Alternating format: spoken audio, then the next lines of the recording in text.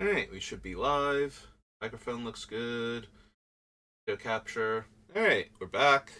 We're working on Eriette of the Charmed Apple. There she is again. Looking all malevolent there with her fancy high collar gown. So, we finished last time on Unfinity, which is about the only thing I clearly remember about last time, and apparently when I stopped, I did not upload it, so I had to quickly upload part 9 to YouTube. Otherwise, we were going to lose the VOD, so.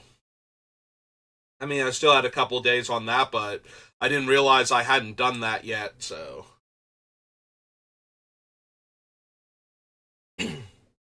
If I hadn't been checking to see what number I was supposed to be on for this building part,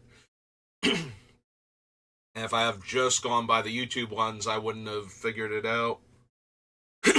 Ooh, excuse me. I was fine right up until I started talking, and now all of a sudden, throat's all congested. Alright. Well, anyway, we're on Urza's Destiny, and all joking aside, because I do constantly joke about this, so Urza's block was supposed to be enchantment themed. If you were playing during that time, you probably didn't register that because Tolarian Academy was the biggest thing out of the set and it was very artifact-centric. And we were also focused on a character that is primarily known as an artificer in Magic's history. Like, this is Urza, the guy that built all of the technology things in Magic the Gathering. Like, all of the Magitech stuff is his. It's not, because his brother built a bunch of it, and Phyrexia has its own brand. But they're all connected, and they're all related to artifacts. They are the main characters of Antiquities, the second expansion set in Magic, and a set that literally has 3 cards? Hang on, it's not 3 cards. Is it 3 cards? No, 4 cards. 4 cards that don't have the word artifact in their game text. Every single other card in the set has either the artifact type or the word artifact somewhere in its game text. And one of the ones that does not have the word artifact in either of those two things has it in the flavor text. So, in case you're wondering, the 4 cards that don't are the 4 Urzatron lands and Strip Mine. Every other card in that set is either an artifact or references artifacts in the game text. And being that Urza is one of the 3 primary characters from Antiquities, the idea that his set is enchantment-based, especially when Tolarian Academy stole all of the thunder initially from the set, and most of the cards from Urza's block originally that were banned were artifacts, or cared about artifacts. So Grim Monolith, Memory Jar, and Tolarian Academy. Like, those are the main ones. Turnabout was used with artifacts or to untap Tolarian Academy. The free spells were used to untap Tolarian Academy, and then Cradle afterwards once it got banned. But yeah, the set feels like an artifact set, despite how many broken decks there were based around enchantments. You know, I'm looking at Academy Rector and remembering it getting Yawgmoth's Bargain. But there were so many insanely powerful artifact things in the set that we got super focused on the artifacts and kind of ignored the enchantment theme for the longest time. Despite it clearly having one, because there are a lot of incredibly powerful enchantments in this set. And there is Sarah's Sanctum, which is a Tolarian Academy in white for enchantments. But since there are no 0-drop enchantments that produce mana, it was really hard for that one to take off in comparison with the other ones. So, there are 0-drop creatures, and, yeah, like Ornithopter, and eventually things like Memnite and whatnot. And there are also cheap creatures that make mana. So Gaia's Cradle was very close to Tolarian Academy in power level. It's just that the artifacts could tap immediately, and some of them could cost 0 mana. So, yeah, you had your Lotus Petal and Mox Diamond from Tempest block, which was the preceding block, so they were all in standard together. And then you have like Mana Vault and Grim Monolith. I think was Mana Vault still in briefly? I feel like it was. I feel like it was in 5th edition also. Like, I know it was in 4th edition. I forget if it was in 5th edition. Anyway, so there was a ton of artifact mana running around and Tolarian Academy. So everybody kind of got sidetracked. And then, like I said, Grim Monolith and Memory Jar also coming out in Urza's block and getting banned. Also, some of the more hype cards that didn't actually do much, but at the time, players were all excited for were things like Ring of Gix, which was a cheaper Icy manipulator that had Echo. Was one of the cards that everybody super wanted, because instead of, you could play it on turn 3 and activate it on turn 4, whereas Icy Manipulator you couldn't play until turn 4 and activate on turn 5. So it was actually the 1 mana less to cast, and the Echo not being as big a deal with that one, if that's what you were planning on doing with it anyway. Obviously, it was still a big deal because paying the Echo cost meant that the next turn you didn't have mana to protect it, so it wasn't actually a 3 mana Icy, but, your 4 mana Icy wasn't activating on turn 4, so that kind of made up for it a little bit.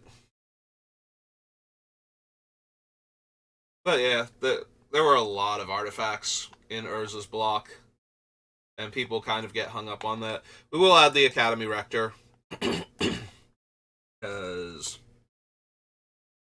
that thing tutors an enchantment, and it was one of the stronger. This is one of the good examples of this set is secretly, or this block is secretly an artifact enchantment heavy set. Is that we got cards like Academy Rector. Also, there were very powerful enchantment themed decks. The biggest ones being the ones that ran Replenish and the Academy Rector Yawgmoth's Bargain combo decks. They used to draw basically their entire deck using the Scourge Familiar that lets you discard a card from your hand to add black mana, Drain Life, and Yawgmoth's Bargain in conjunction with each other.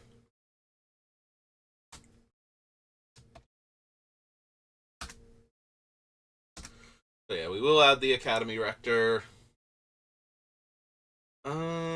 Do not need archery training. Attrition, no. Enchanted creature gets +1/+1, and you can sacrifice the standard to draw a card, but you have to spend 2 mana. This was another weird thing. So, cycling debuted in Urza's Saga, and in the 3rd set, Urza's Destiny, what they tried to do was put a riff on cycling. So instead of being able to cycle it from your hand, you could essentially cycle it from play by paying 2 mana and sacrificing it to draw a card, which is nowhere near the same thing on so many levels that a lot of people didn't even realize that's what it was supposed to be at the time.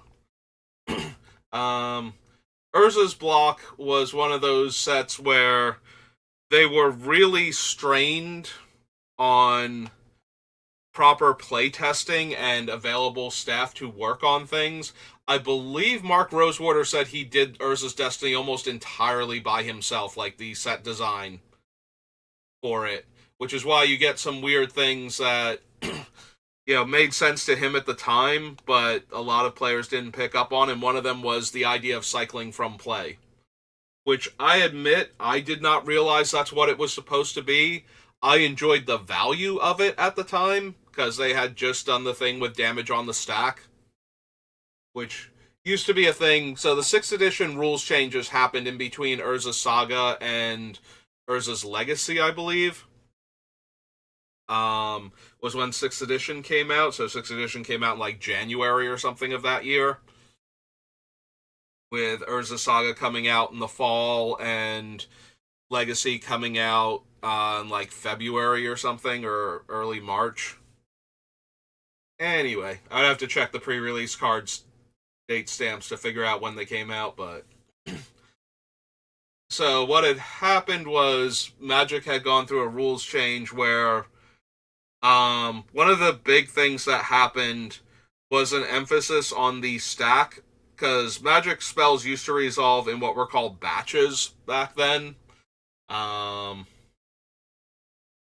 and that was it wasn't an entirely different thing, but um, it's one of those things that made for really weird rules interactions at the time that they were like, yeah, this is just how Magic works. And then they were like, maybe we should streamline this a little. So one of the things they did was change the batching to the stack, which we still have.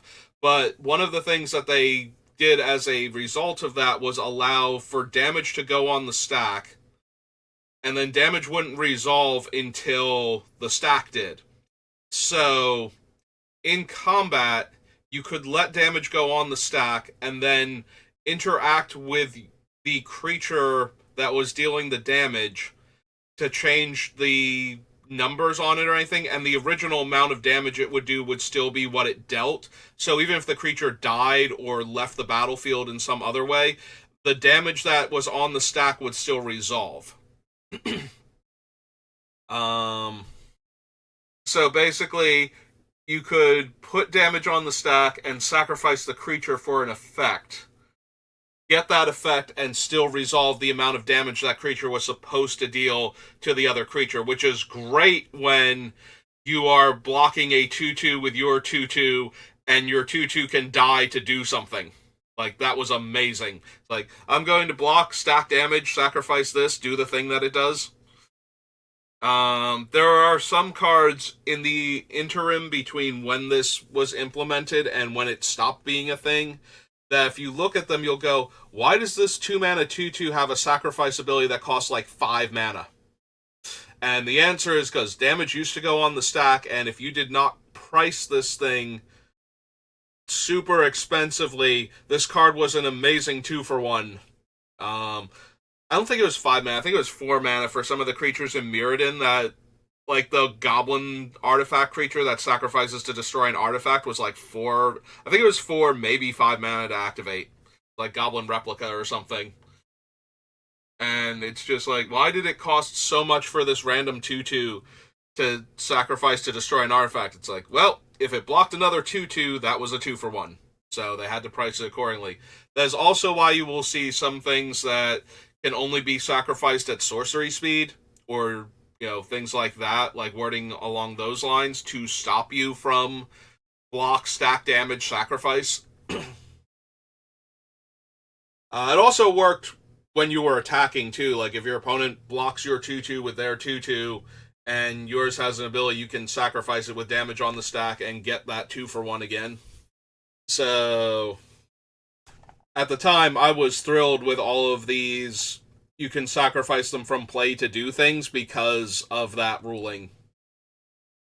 So while I did not notice it was supposed to be a riff on cycling, I did not care because I was too concerned about the amount of value that you could get out of it.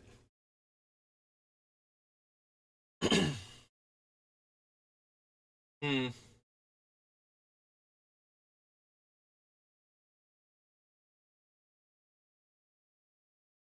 So we have Chime of Night and Dying Whale, which are both auras with that give death triggers to the creature that they're on.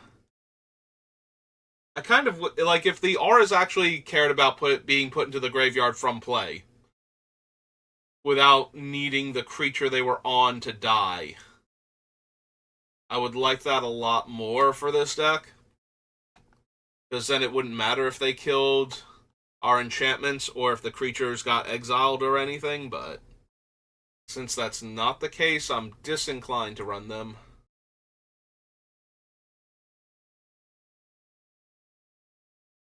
Well,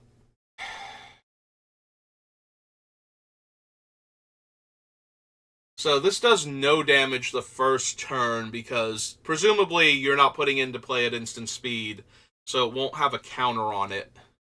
But after that, it becomes a better version of the Soul Bleed or whatever it was called. Because it'll deal 1 damage, then 2 damage until the thing gets killed. Alright, if I'm considering the other ones, I'm considering this one. So, Festering Wound. 1 in the black.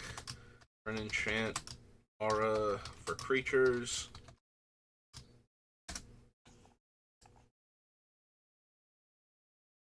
Field Surgeon, Flicker, Jasmine Seer, no. Lurking Jackal. Giant creature has protection from black and red.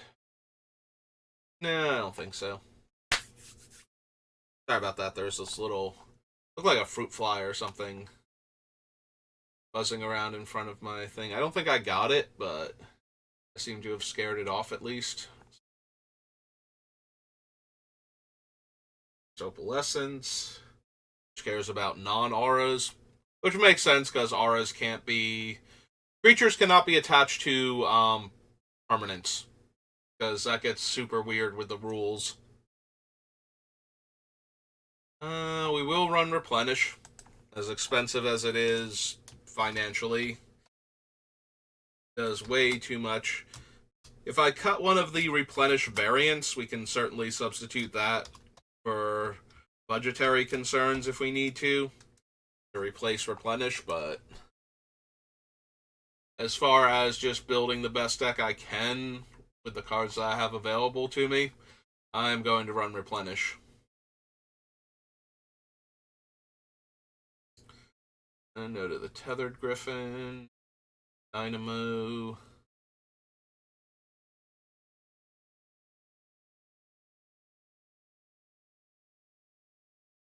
Yeah, I don't think I care enough about Grand Golem, Twisted Experiment, Voices, and Yawgmoth's Bargain.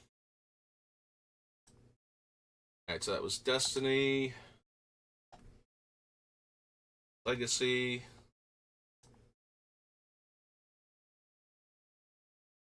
back to Legacy. Came out before this one. Let's see. Have Vigilance. At the beginning of each player's end step, tap all untapped creatures that player controls that didn't attack this turn. Deals damage to that player equal to the number of creatures tapped this way.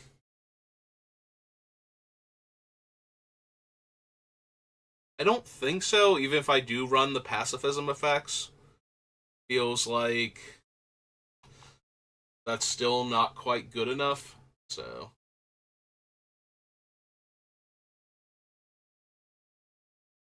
Don't need Brink of Madness.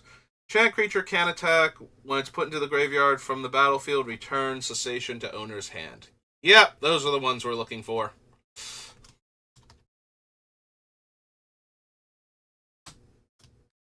Two and a white, enchant, aura. Sure.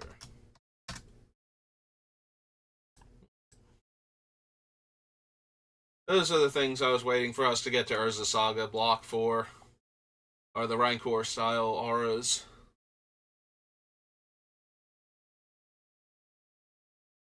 Don't need a race, expendable troops, fog of gnats, giant cockroach, no, glory, maiden,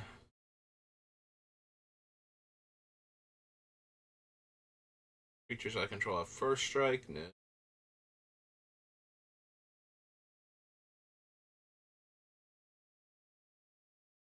Mercy, Opalescence, Peace and Quiet.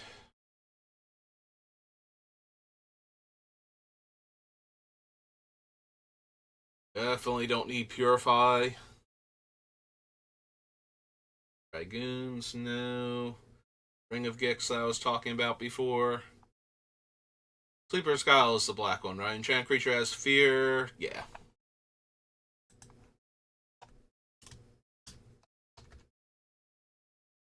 Is it plural possessive? No, singular possessive. Okay. Two and a black, enchant, aura. Sure.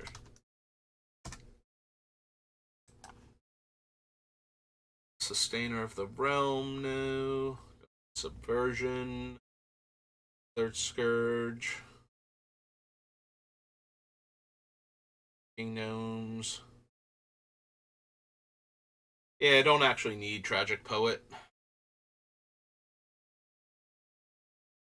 I was planning to get it back repeatedly, maybe, but any of the things I have that could repeatedly get it back and get back a lot of our auras anyway, so. Hey, on to Saga. Or back to Saga. We continue going in reverse release order. Yeah, I don't think so, Absolute Grace. I'm pretty sure you destroy a lot of my auras at that point. Gain life equal to its toughness. No. Befell.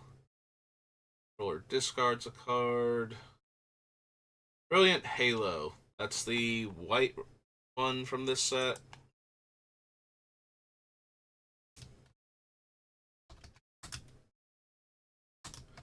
One in white. Enchant. Aura creature.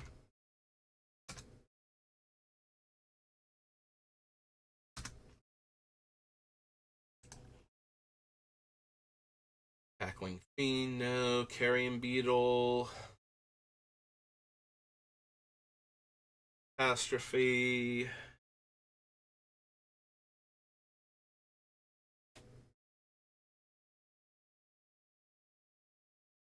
Clear, Congregate, Contamination, Corrupt. Darkest Hour.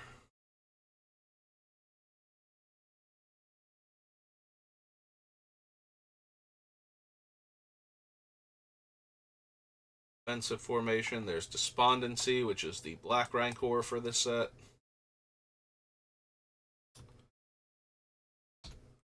Despondency. And the black, enchant, aura for creatures. Grace, Disciple of Law, Discordant Dirge, Disenchant, no.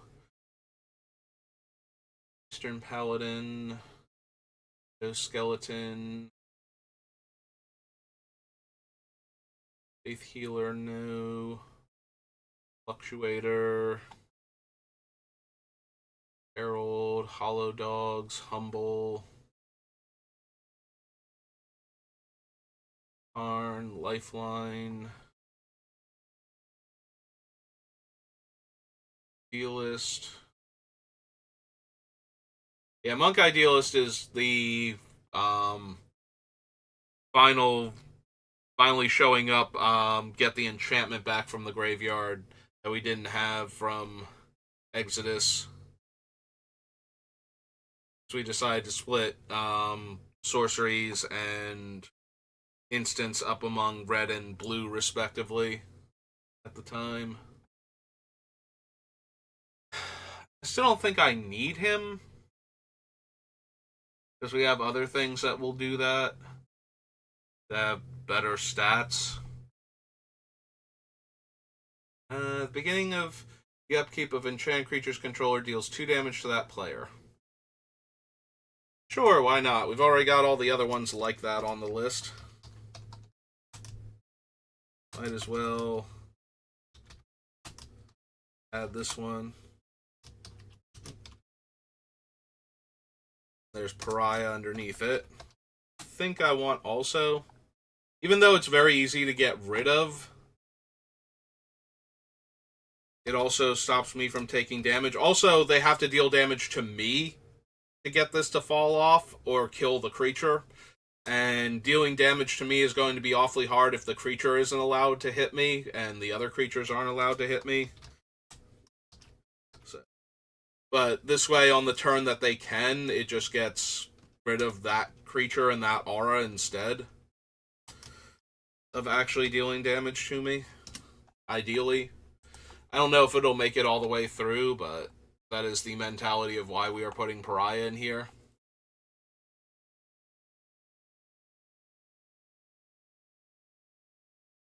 It might not play out exactly the way I hope that it will, but It's an aura, it goes on a creature and makes that creature terrible for attacking me even after Eriette's gone, so. Damage prevention. Their avatar, Sarah's embrace. Liturgy. There is Sarah's Sanctum. I suppose I'm adding that to this list because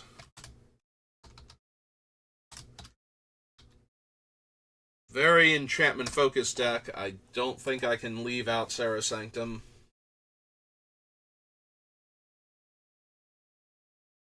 Giant creature gets -1/-1, and the aura has cycling. Nah. It's a Scourge familiar. It would be dealt this turn by target attacking creature with flying. Little too narrow there.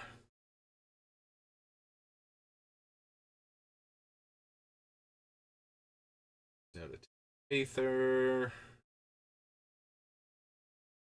Silicus. Urza's Armor.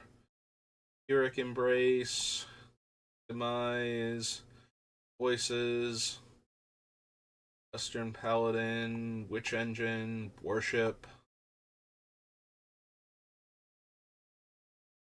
Yawgmoth's Will. Always tempting to run a value Yawgmoth's Will. Like, we have so many auras that I could potentially get back and cast in the same turn. Oops. Sorry to type Yawgmoth. So after Saga, we have Visions. Yeah, I think we can get through the rest of the sets now, given how close to the end we are. Jin, or the Archangel. Cockroaches.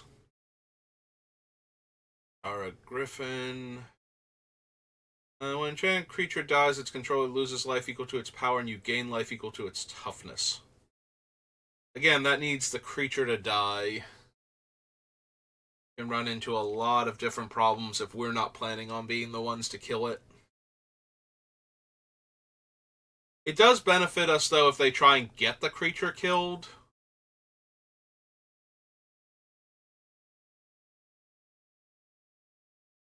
Like, if their whole goal is to stop getting drained by it, this is one of the ones where it's like, maybe it's better to just get drained for a point each turn than it is to lose, like, 5 or 6 life, slamming this thing into an opponent's, like, Giant Flyer or something, or Eldrazi Titan.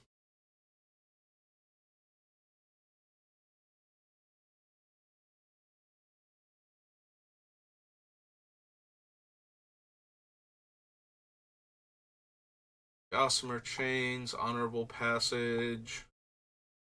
Life, destroy target aura. No. Eternal Harvest. Lion. Bubble. Oh, Archer. Miraculous Recovery.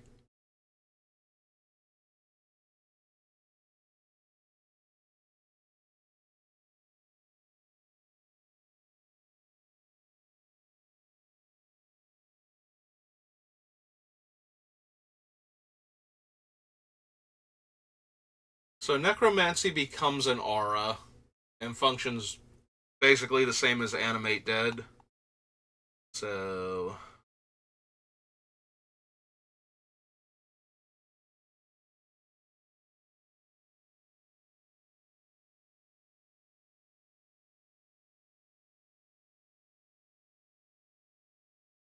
I guess if we're considering Animate Dead, I'm considering Necromancy also for the same reason. So Visions.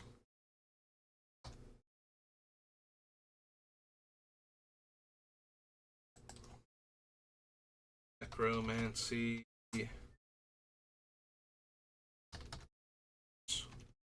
Black.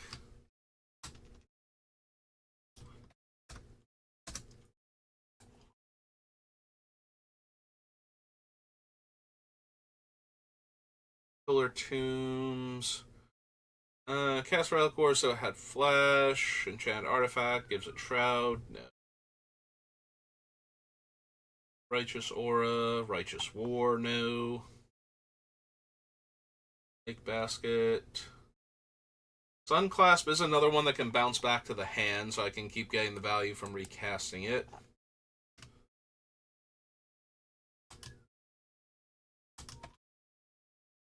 Two mana.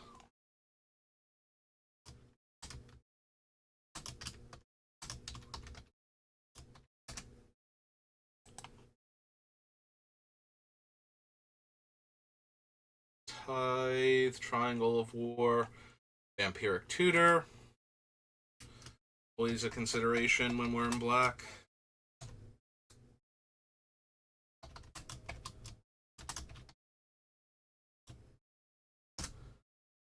And spell instant.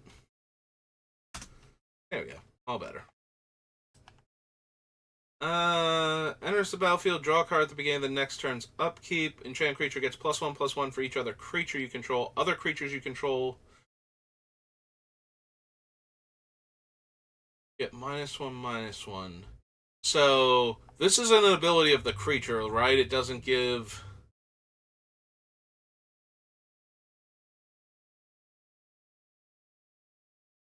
Yeah, so that will give all of my creatures -1/-1, even if I put that on an opponent's creature. Yeah, I don't think so then.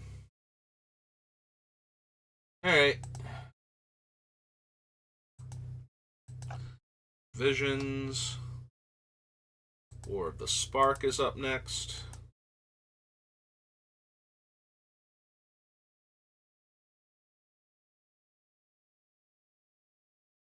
No to Pridemate, Battlefield Promotion.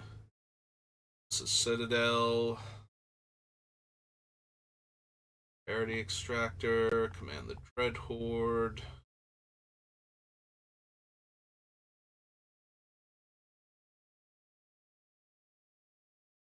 Gavriel.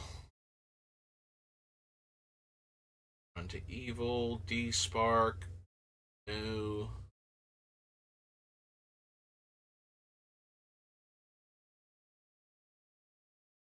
Taskmaster. Glory. And I don't think we need Finale of Eternity either. Yeah, don't really need that one. Don't need Gideon.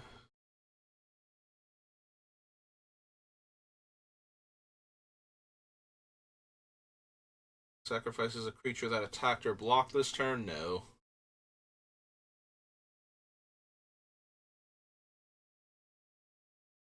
Onto, don't need a Ketra.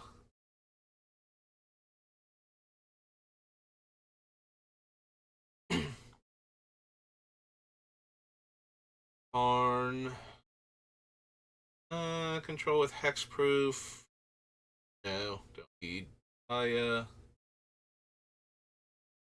Enchant creature or planeswalker you control. When enchant permanent dies or is put into exile, return that card to the battlefield under your control. We're not really running planeswalkers, so do I want an aura that can get back my creature if it dies or gets exiled? Not the worst thing to have on Eriette as insurance, since that covers almost everything that can be done to her to get her off of the table.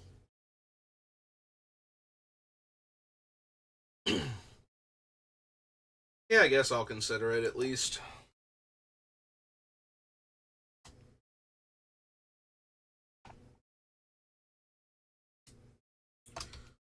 Kaya's Ghost Form. Black for an enchant. Aura, feature, or plane.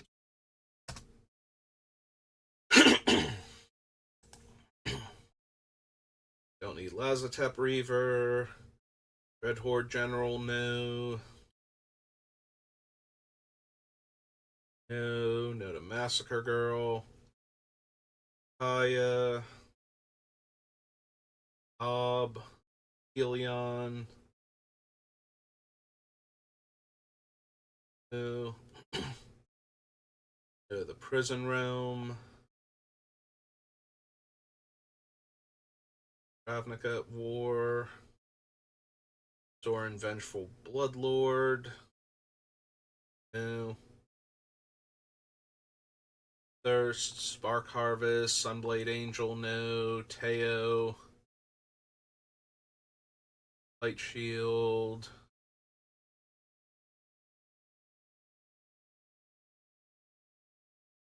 Omic.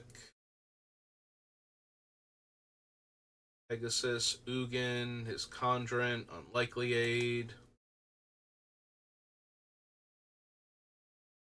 Fire, Vizier. Nope, okay.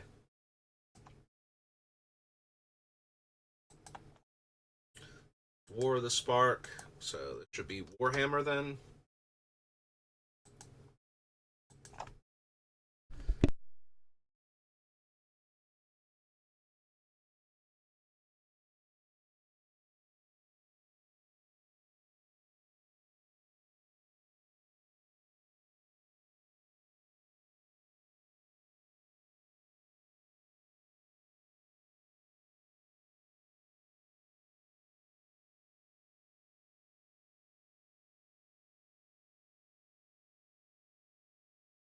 Alright, almost suffocated there, trying to clear my throat. Didn't really work either.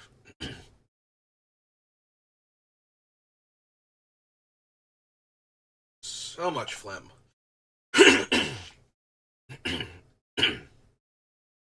Sorry.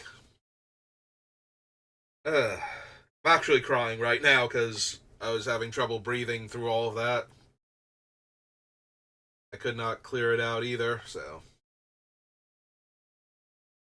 Turn target creature with mana value X or less from your graveyard to the battlefield, where X is the amount of life you gain this turn. Nope.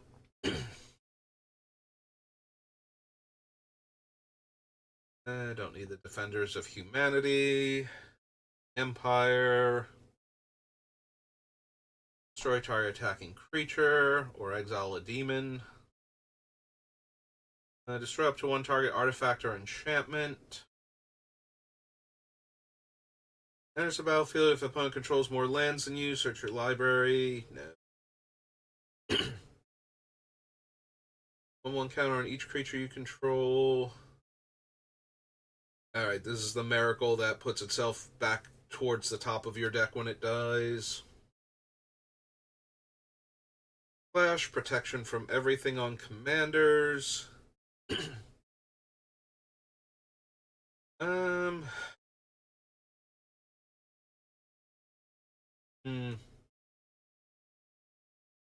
Do I actually care about Vexilius Praetor? Who, weirdly enough, is not a Praetor. Huh. I never noticed that on this card. It has the title of Praetor, but does not get the creature type Praetor.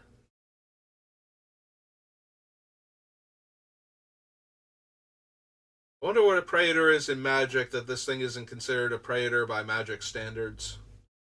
Or if that was just an oversight. Because usually when a card has the creature type in its name and it's not like the hunter of that creature type or something, you know, something that's related to it but obviously not it, it gets that creature type on its type line. So I'm really wondering what a Praetor is in Magic, besides, because we have the 5 Praetors of New Phyrexia, but there is also the Ebon Praetor and Sanguine Praetor, and they are both Praetors despite not being at all connected with Phyrexia, so I am very curious why this one doesn't qualify as a Praetor then.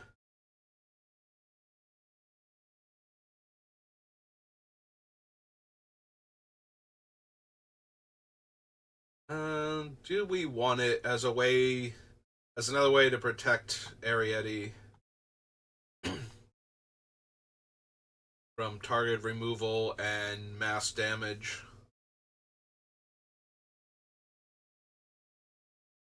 Eh.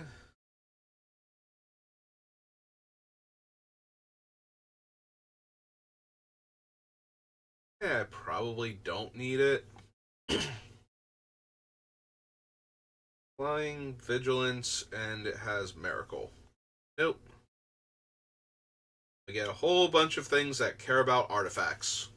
They're not going to be things that I'm interested in for the most part.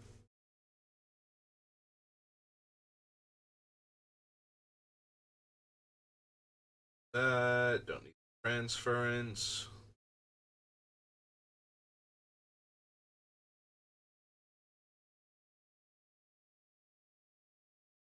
-3, no. No.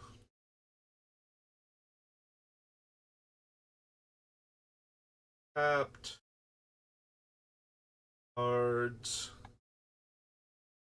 Each opponent loses 2 life, then each opponent who has less life than you, I make a 1/3.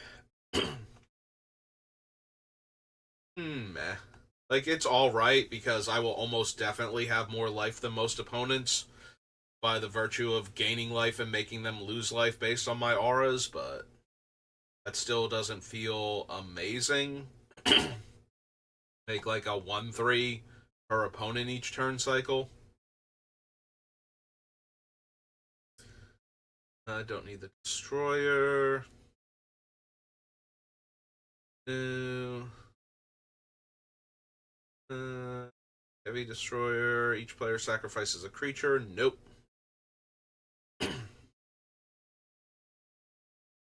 Lich Guard. Choose target creature you control. Destroy all creatures with power less than that creature's power. No. You may pay X. If you do, create X. X can't be greater than the amount of life you lost this turn. Nope. Destroy up to 1 target creature, and target player mills 3 cards. No. From the graveyard onto the battlefield tapped. Then exile that player's graveyard. When enchant creature dies, return rot to owner's hand and create a 1/3. Alright, no, that actually works. The Warhammer.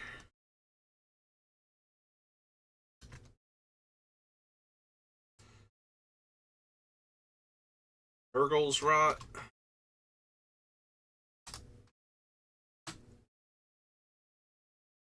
Is black for an enchant or a creature. It does fall into the same problem as the Celestial Destiny or whatever it's called, the thing that makes the creature an angel and can come back, in that it requires the creature to die, not the aura to be put into the graveyard from play. But it does mean... Oh, wow, I'm gonna choke to death again. Hang on.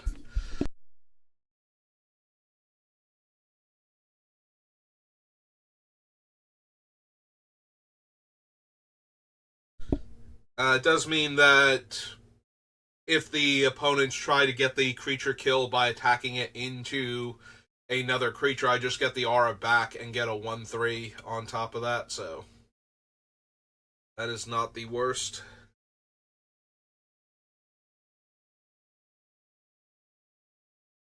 Okay, enters the battlefield for a swamp? No. Don't think we need the Plague Drone.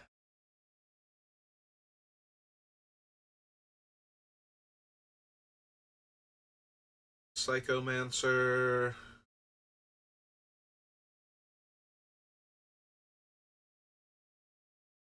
Royal Warden. Nope. Roll dies, deals 1 damage to any target. No. With a 1/1 count on it for each creature that died this turn. No.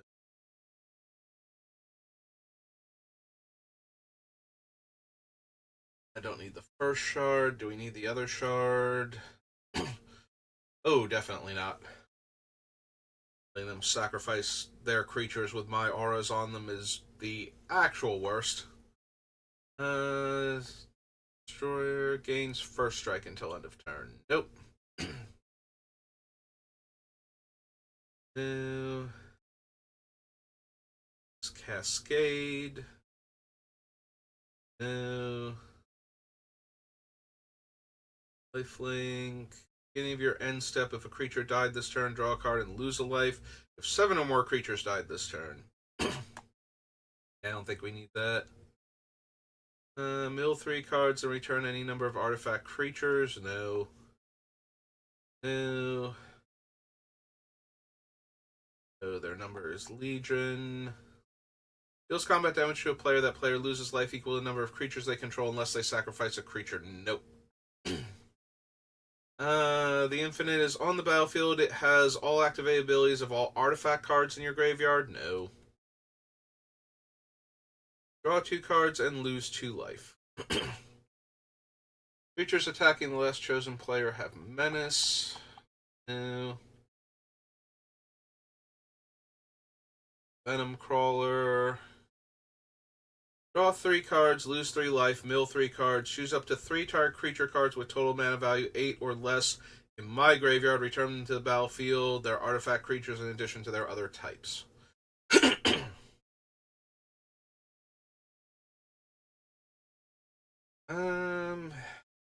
First Strike Menace. Whenever a creature an opponent controls dies, that player loses 2 life. It's kind of a band-aid on one of the bigger problems that I have, which is opponents trying to get my auras killed by killing the creatures that they're on. So I don't think we need that. Like, I don't think I have room for that as my fix for, oh no, my opponents are getting the creatures killed with my auras on them. I think it's more important to have, like, retether and replenish and everything for that. Loses X life, where X is the number of other attacking creatures. Gain 2 life and draw a card. For a number of 1/1 white soldier tokens equal to the number of opponents you have. Creatures you control gain Death Touch until end of turn.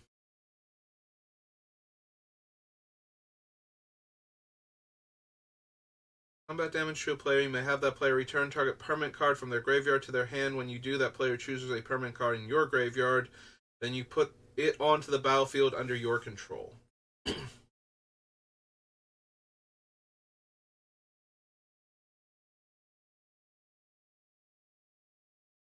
other attacking creature gets +1/+0. And the chaplain is indestructible when it attacks. Enter a creature card from your graveyard to the battlefield. You gain life equal to its mana value. Nah. Gain 2 life and draw 2 cards, and she has Miracle.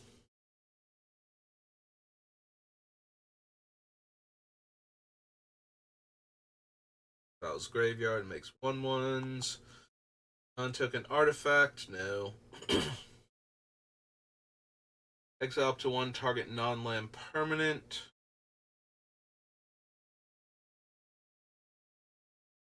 Optic Wraith, don't think so.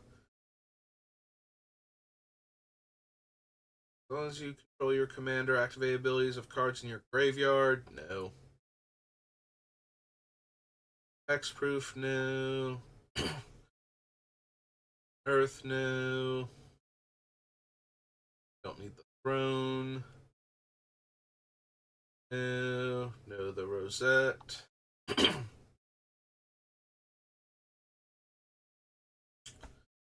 If Eriette is actually pronounced Eriette, that's gotta drive people crazy that I pronounce Rosette correctly and not her name correctly. Knight Paladin. No. No. Create a 2/2. No. 5 damage to each opponent. I don't need the scepter.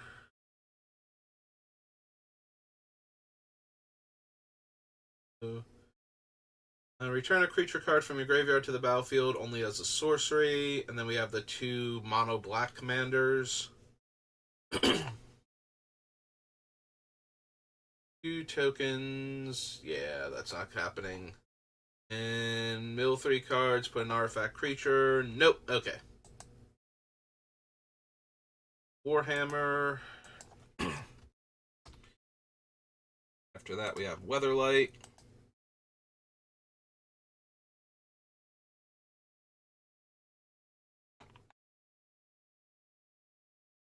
I don't need abeyance. Alabaster Dragon. Angelic Renewal, no.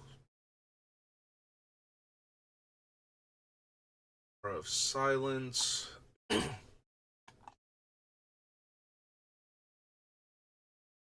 Missionaries, Bone Dancer, Buried Alive, no. Enchanted creature gets +1/-1, sacrifice coils of the Medusa, destroy all non-wall creatures blocking enchanted creature. Target creature. Day. +1/+1 for each card in my hand. Yellow Braid. Misery. Infernal Tribute. Can't be blocked by creatures with power 3 or greater. Sacrifice it the next time a source of your choice would deal damage to enchanted creature. Prevent that damage. Nope. Mindstone maybe is one of my ramp cards, though.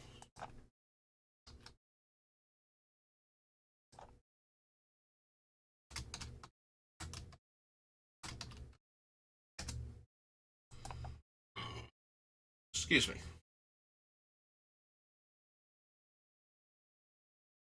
Misformed Griffin. Peacekeeper, no. Weird Unicorn. Serenity, absolutely not. Blessing, no. Darkness, Tariff. Thran Forge, Thran Tome. Volunteers. Knowledge, Zombie Scavengers. Nope. Okay.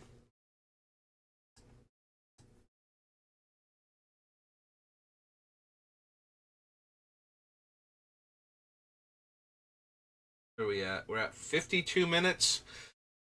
We still have to go through Wilds of Eldraine, Worldwake, Zendikar, and I'm choking to death.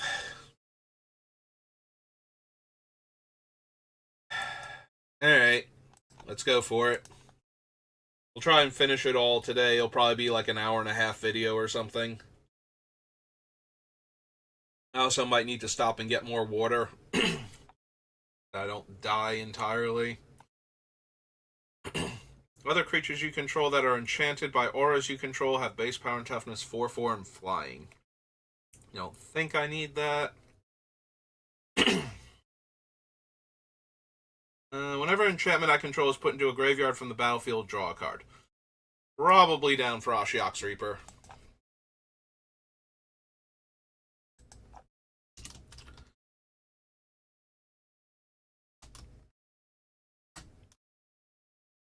Three in the black. Nightmare. Nightmare or Nightmare Horror? Just Nightmare. 3/3. Back for seconds. No. Barrow Naughty. Beseech the Mirror. Attach to target creature I control. How boring. Can't run Keelan. Candy Grapple. Charmed Clothier. Shrouded Shepherd. Seated Witch. Cooped Up.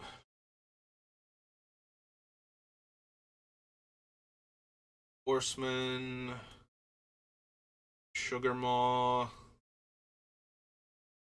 Interference. Ego Drain. Yeah, we should probably run our commander. That seems correct.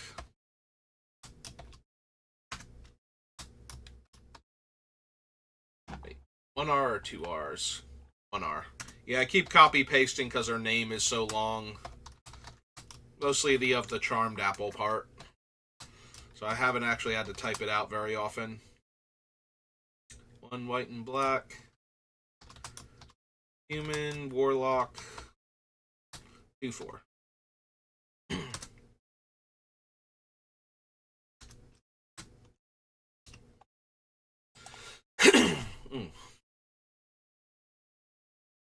Don't need expel.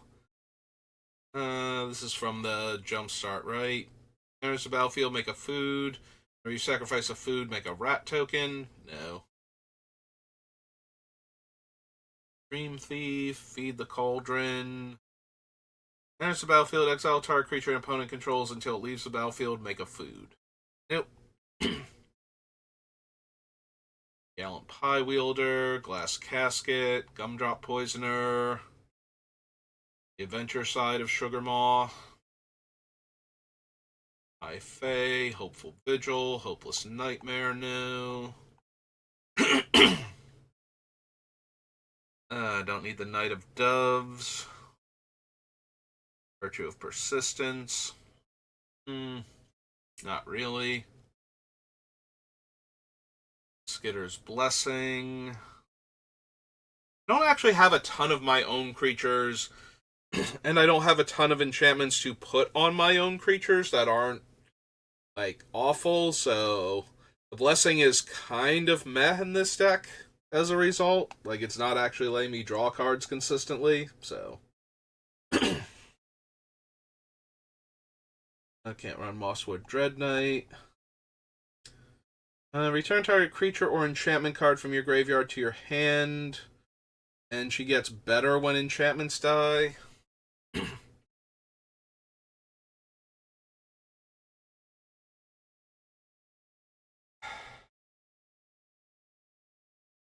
Suppose I consider Neva?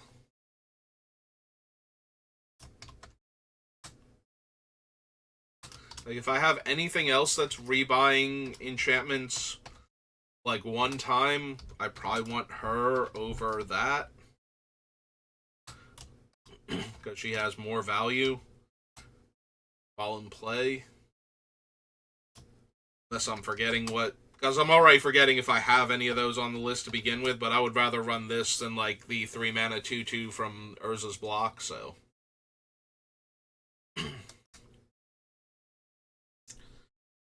Beginning of combat on your turn of 2 more non-land permanents, put a 1/1 counter on Pests of Honor. Nope.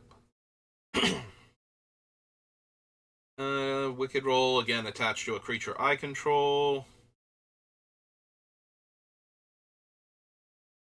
No, the Prank. No, the Bunnycorn. Don't need Restless... Well, I can't run Restless Cottage. I don't need Restless Fortress, though. Turn Triumphant, no. Grim Search, Savior, Shatter.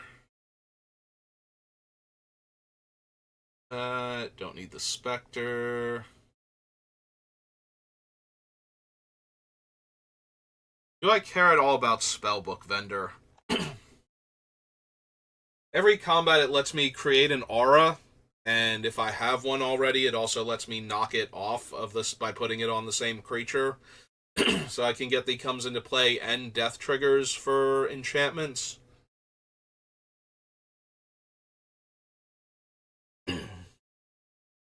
Maybe?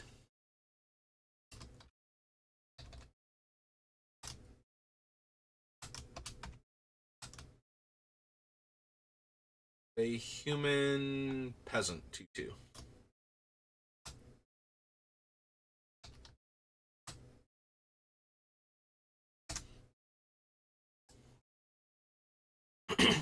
Spiteful Hexmage, no. Sweet Tooth Witch, Sir Ginger, taken by Nightmare. And Princess Takes Flight, Witch's Vanity. 3 Blind Mice, no. Sewer Witch, Unassuming Sage.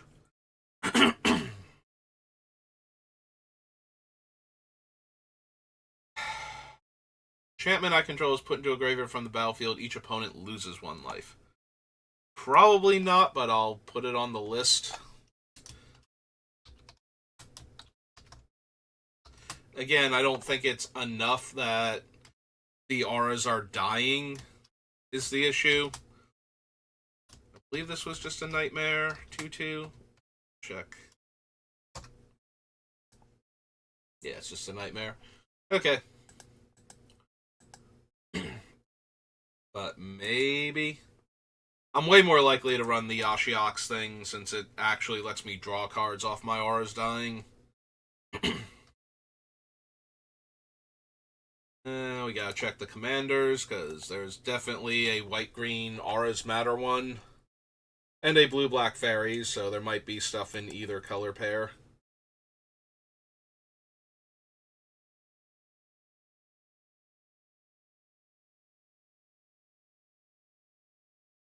Alright. Court of Ardenvale is the most pay me off for being the Monarch. Um, card that I could possibly see putting in this deck. So I become the Monarch, and I get to return. I always get to return a permanent card with mana value 3 or less, which is almost all of my auras. Yeah. Alright, I think I have to consider Court of Ardenvale.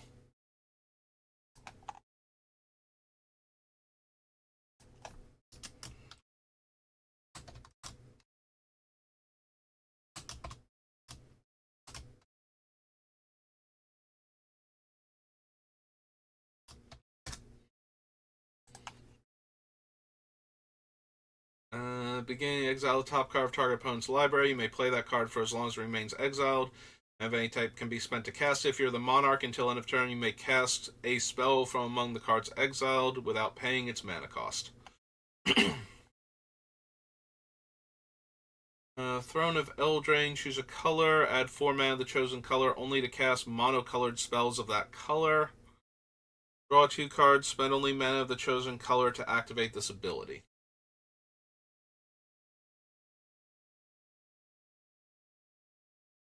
Don't need the livestock. Don't need the drover. Songbird's Blessing. Chant creature attacks. Reveal cards from the top of your library until you reveal an aura card. You may put that card onto the battlefield. If you don't put it into your hand, put the rest on the bottom of your library in a random order. So, I have to be able to attack with this thing. It's a 4 mana aura. So it has to land on the creature. I have to be able to attack with it. And then I get a free aura from, like, I reveal until I hit an aura and cast it for free.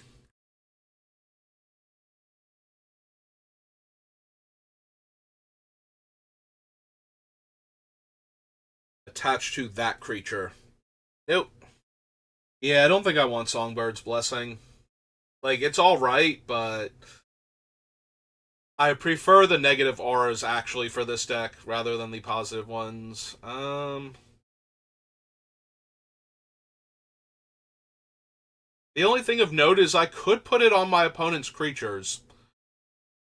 And then if they attack with that creature, I still get the effect. It's whenever enchanted creature attacks, it has no concerns about who it's attacking or why. So there is that.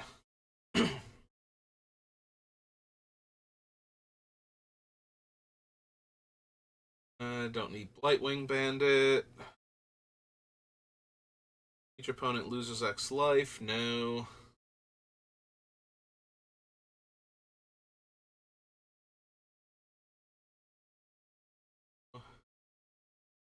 Tapping 3 untapped creatures. Destroy all creatures. Create 3 1/1 Black Fairy Rogue creature tokens.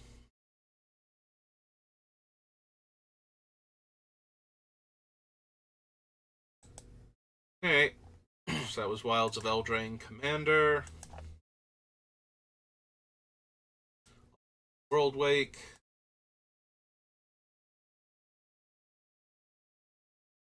Don't need Abyssal Persecutor. Admonition Angel, no. Vigor. Definitely don't need Anawan. Archon, no. Jukabog, maybe. I am always down for a Bojukabog. Very easy to just get it into the deck as an extra graveyard hate card.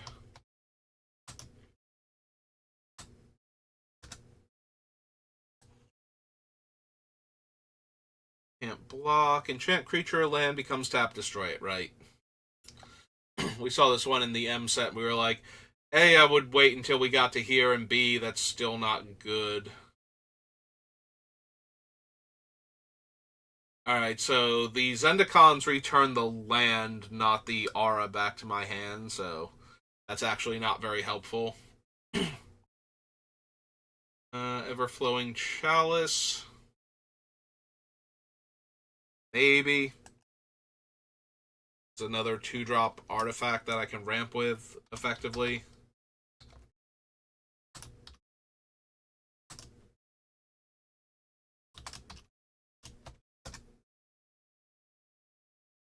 Alright, it's not XX, it's 0 with kicker cost 2. Multi-kicker 2.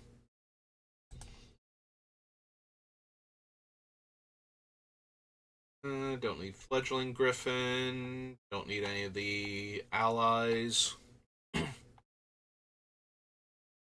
Astria Highborn, no. Firewalker, Lone Lion.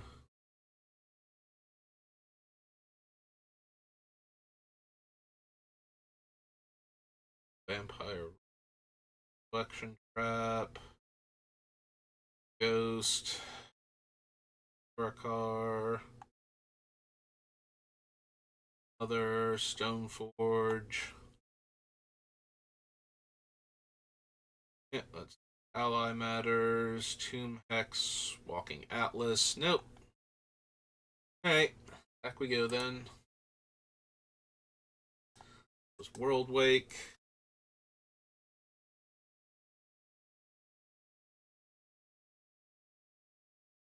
On to Zendikar.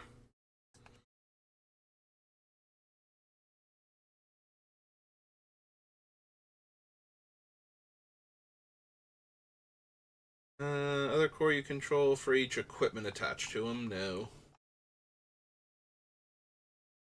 I don't need Elegant Thief, Bloodseeker, the Chief Ascension, Bold Defense, Brave the Elements. Giant creature gets +3/+3 whenever it deals combat damage to a player, double its controller's life total. Yeah, that one kind of has to go on mine if I'm gonna run it, so. Don't think so. Don't need Expedition Map. Beladar Sovereign, no.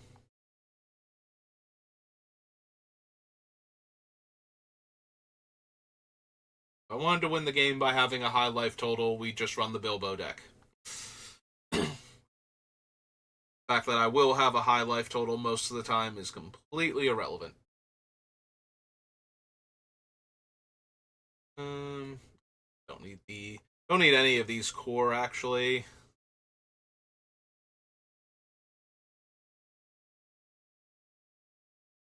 Blood Witch, Marsh Casualties.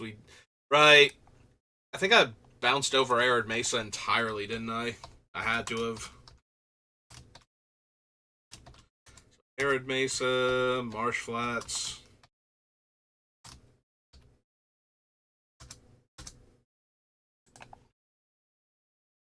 Enchanted creature is dealt damage, destroy it. Nope.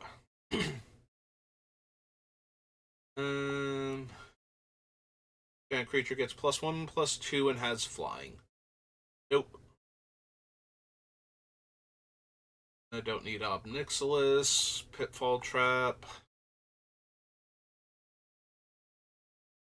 Equipment card, no. Ravenous Trap, no. Holding Tarn, no. Don't need Sorin. I don't need Sorin, but setting my opponent's life total to 10 when I have enough auras out is probably pretty terrifying. I don't think we actually need him, so. And Verdant Catacombs.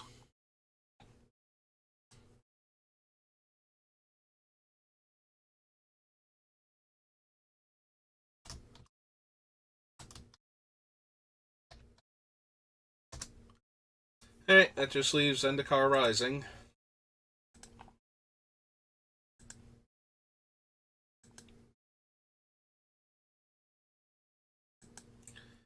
And technically it's Commander, because there's that Trove thing, but I don't think I'm running that one. It's like Landfall, exile a creature until... I forget what it actually does, so I guess I do have to double check it, because I don't think it's a creature. It might be an artifact until it leaves the battlefield, something like that. Don't need the Expert. Don't need Angel of Destiny. Heart Protector. Archon, Archpriest, no. Blood Beckoning, Blood Price. Thirst, Roba. Cleric, no. Rise, no. Get +1/+1. The spell was kicked. Get +2/+1 instead. Okay, I am now completely out of order.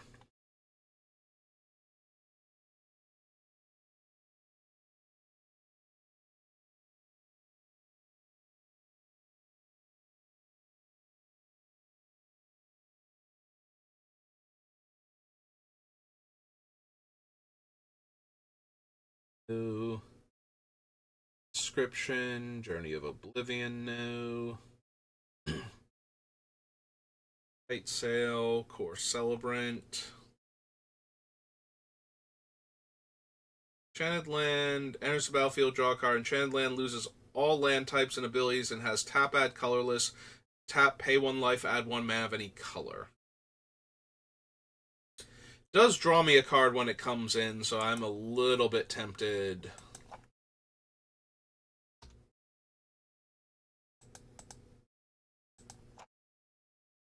It's actually called Lithiform Blight.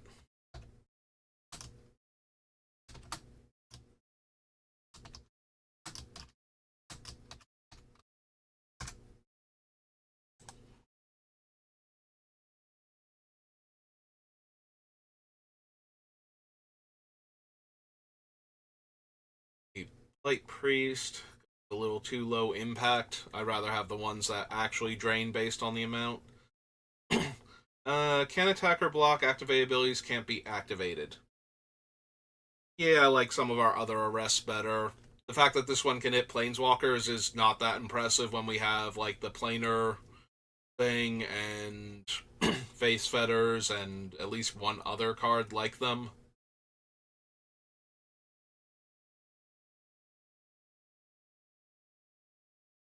No. Don't need predation.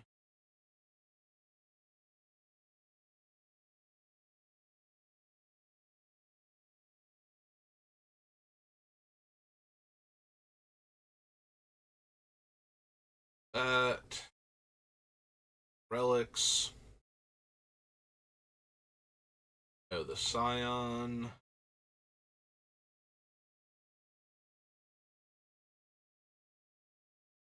Don't need Skyclave.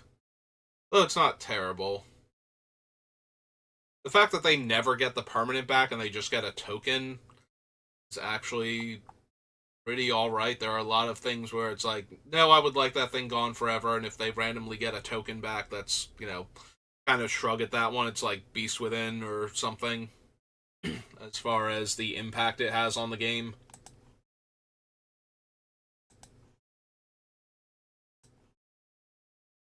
Alright, real quick.